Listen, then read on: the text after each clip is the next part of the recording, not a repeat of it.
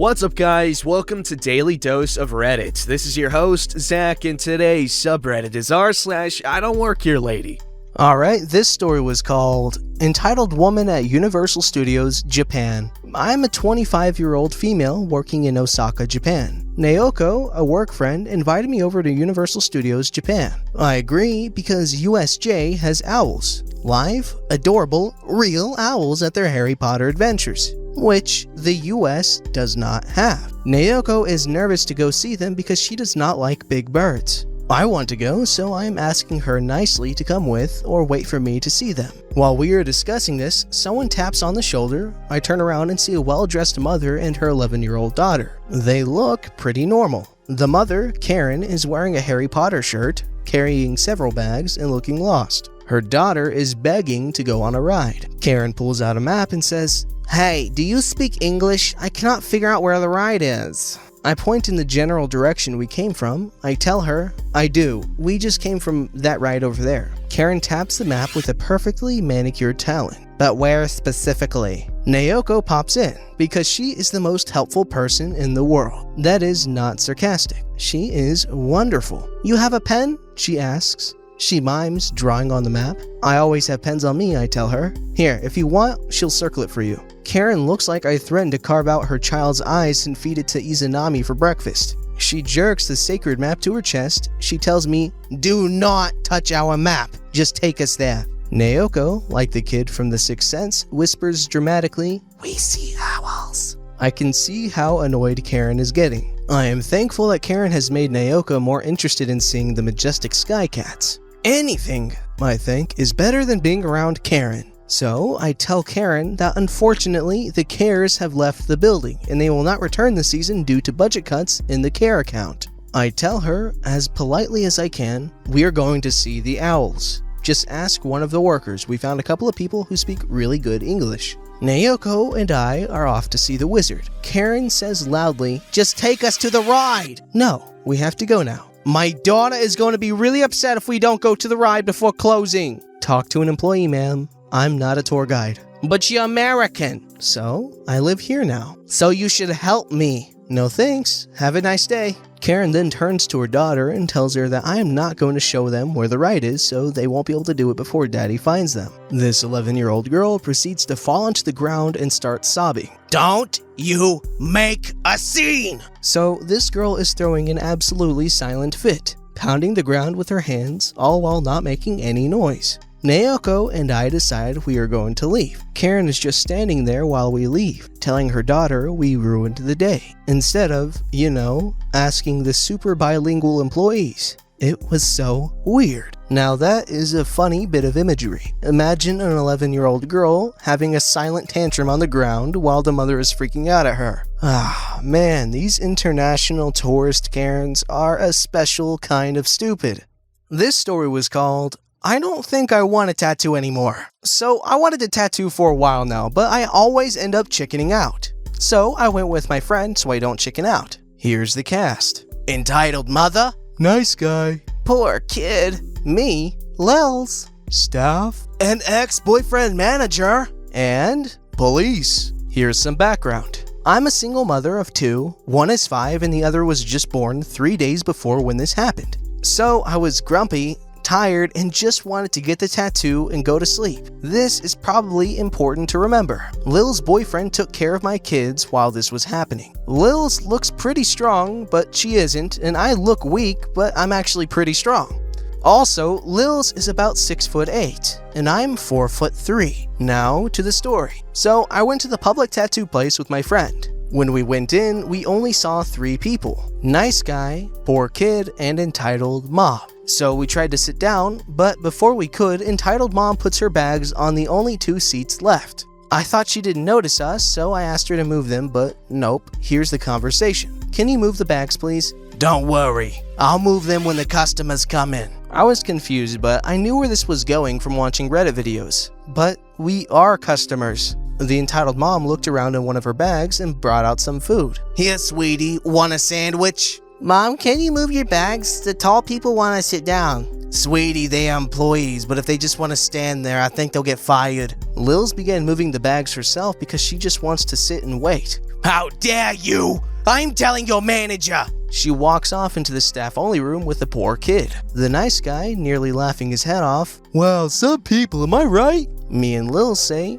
"Yeah, I really feel sorry for the kid though." 3 minutes later, the staff came back. "I'm sorry to inform you that the manager will be here to open the doors to the tattoo area, but he's talking to a crazy lady complaining while her kid looks like she's nearly about to cry." Great. Lils rolls her eyes. Okay. Now, I'm feeling nervous not only because of the entitled mom or the tattoo, but because the manager was one of my ex-boyfriends. Ex-boyfriend manager, poor kid, and entitled mom walk in. "Who is being disrespectful and assaulted the poor lady's kid?" The entitled mom pointed at my friend since she looks strong. "She assaulted my child, now she has bruises on her legs. And you could see where she punched her on the head." Then she points at me. "And she threw my bags on the floor and called me a baseball pitcher." Ex-boyfriend manager, looking at me and Lils trying to hold in his laughter. "Did the tall one pick up your child and give her bruises?" "Oh yes, I nearly forgot about that." Now, ex-boyfriend manager definitely knows this is BS.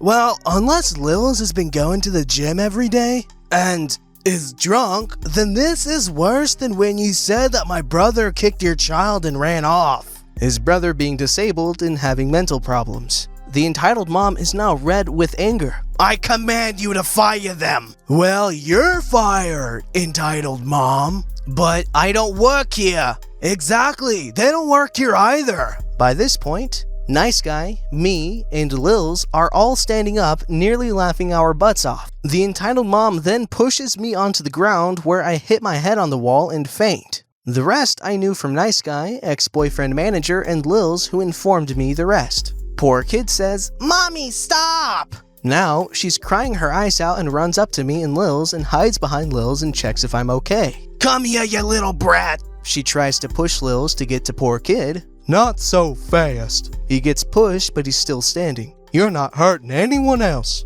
At this point, the police arrive. Ex-boyfriend manager called the police when he heard one of his employees assaulted someone. "What's going on here?" "This crazy lady pushed me, and she fainted, and I think this lady might be abusing her child." Apparently, the police took her away, and my friend, nice guy, ex-boyfriend manager, were all taken into questioning, and I was taken to the hospital. I wasn't in questioning because they had enough proof, so she got fined, jail time, and her child is in foster care. Lils and her boyfriend is looking after poor kid as foster parent since they felt sorry for her. I was in a hospital for a week, and I am still taking therapy for what happened, among other things. I never got my tattoo, and I don't know if I should. Alright, now, personally, I don't find this story all too believable. I'm not gonna feed you guys, BS, but it was pretty interesting to see how far things went over nothing.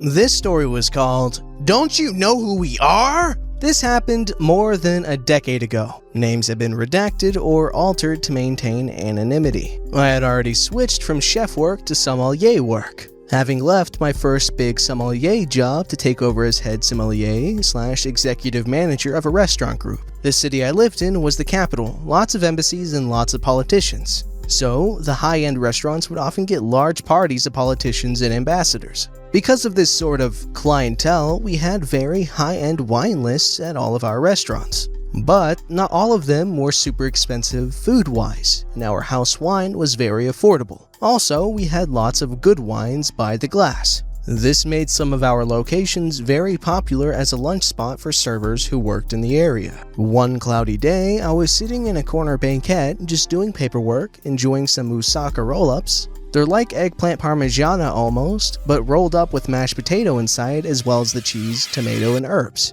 This was a specialty for this Greek Mies restaurant. The server on duty was pretty busy. She was new and didn't know me. I knew her though. She was doing alright, serving everyone without too many problems. No one was waiting more than a few minutes to get attention. There was also a server from the restaurant across the street. She was not part of my group, but a regular. She was sitting having a glass of house wine as she was organizing her tips from her shift. She looked like a server. She was in blacks with a black short apron, similar uniform to what was worn in our restaurant. In walks a bunch of people, a group of 6. I recognized one of them as an ambassador's aide, didn't recognize the others. They were 4 guys and 2 women, one of whom had the classic Karen hairdo. They don't wait at the front where the sign says to wait to be seated. They walk right into the dining room, push 2 tables together, and grab extra chairs. They're sitting, sprawling, taking up lots of room in the middle of the dining room, talking loudly about how this place has a great wine list. One of them says he's gonna order. They have now been in the restaurant for less than 2 minutes total. The server on duty can't see them from the corner where they do their side duties.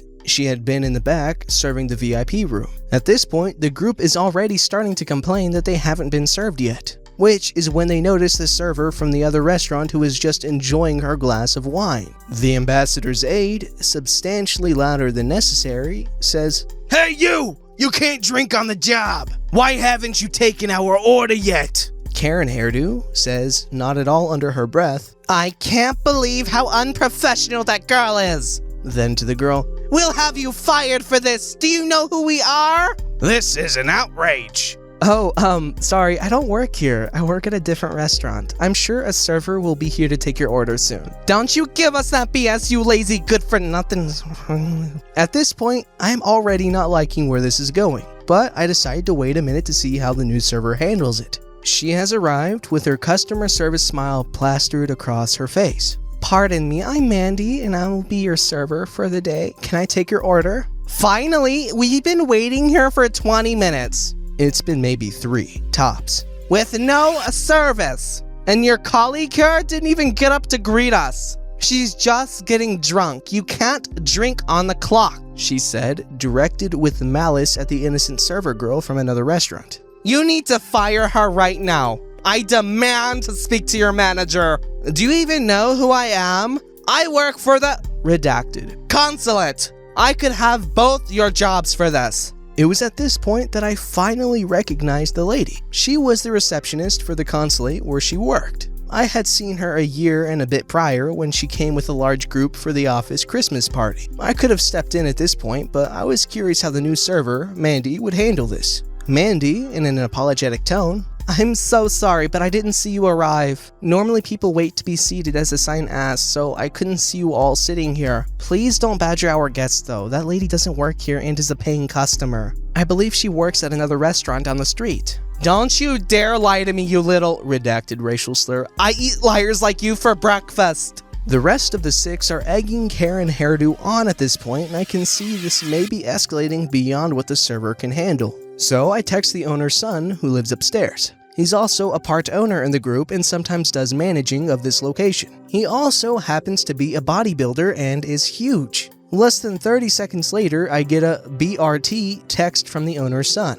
Karen hairdo yelling in a shrill, indignant voice, "Where is your manager? Get him now! You can't treat us like this. We are important people!" Mandy was starting to look like she was going to cry at this point. And Not Our Server is shrinking back into the banquette as both of them were being yelled at incoherently by this group of 6 rude flunkies. At this point, the assistant floor manager has arrived due to the screeching, but the 6 insane screechers are just ignoring her. I stand, take a couple steps toward them, take a deep breath, and at the top of my lungs shout, "Quiet! Now!" I was an actor in high school and knew how to project, so my voice fills the room. Everyone stops their shouting and turns to me. At a more reasonable voice level, I say, "Okay, so here's what's going to happen. None of you need to speak to the manager. What you need to do is grab your stuff and get out. I won't have you shouting at my server or my guest. No one deserves to be talked to that way. And before you indignantly ask me if I know who you are, I do. I know exactly who you are, and I know your boss. And your boss's boss, both of whom love eating here and would be appalled at your behavior." At this point, I notice Matthew. The owner's son has just come in through the kitchen door, dressed in his gym gear, glistening with sweat like some sort of Greek statue of Hercules. He's 6'4" and nearly 300 pounds of muscle. The look on his face just screams, "I just got here and I'm already completely done with this." I can see Karen hairdo about to protest, so I hold up my hand. And in my no-nonsense commanding voice, "No, this is not a discussion. Get up and go, now!" Karen hairdo, in an injured, indignant tone, "Well, I never! Me, matter-of-factly, and you never will again. You can consider yourselves banned from this establishment. Matthew, rather louder than he really needed to be, get out of my restaurant and don't even think about coming back. You're all going on the blacklist. Matthew's colossal form starts moving towards them, and it seems the look on his face was enough to end any further discussion as the group grabbed their things and rushed out the restaurant. I thank Matt for coming down and interrupting his workout for the assist. The manager comps the not our server's meal and wine for her marred experience. Our server is told she did nothing wrong, that it's okay, and she's not in any danger of being fired, and in fact, she handled it about as well as she could have. She is given the rest of the day off with pay. The group each have a headshot pulled from security cams and are added to our digital blacklist. But it doesn't end there. I call the consulate and talk with the ambassador, who is appalled by the behavior of his staff, all of whom arrive back at the consulate that day to find they had been fired for attempting to use their job to bully others. He comes in personally the next week to apologize to our server, manager, and the owner's son in person, and assure us that the group no longer work at the consulate. Moral of the story, never use your position of perceived power to bully others. You may well end up losing that position. This story is beautiful. Minimal casualties, maximum effect. So I believe it's safe to say we got a plus ultra ending. Don't forget to like, subscribe, and hit that bell to never miss an episode.